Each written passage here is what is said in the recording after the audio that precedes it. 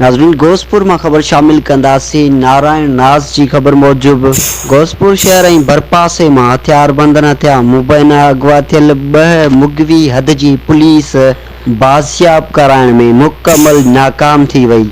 मुगविन के वारसन केतराई भेरा पाक किताब हथन में खणी पुलिस के सुस्त रवैये खिलाफ मीडिया ॾो एहतजाज कया आहिनि, पर हद की पुलिस 2 हफ़्ता गुज़रण बावजूद का भी कार्रवाई नाहे कई।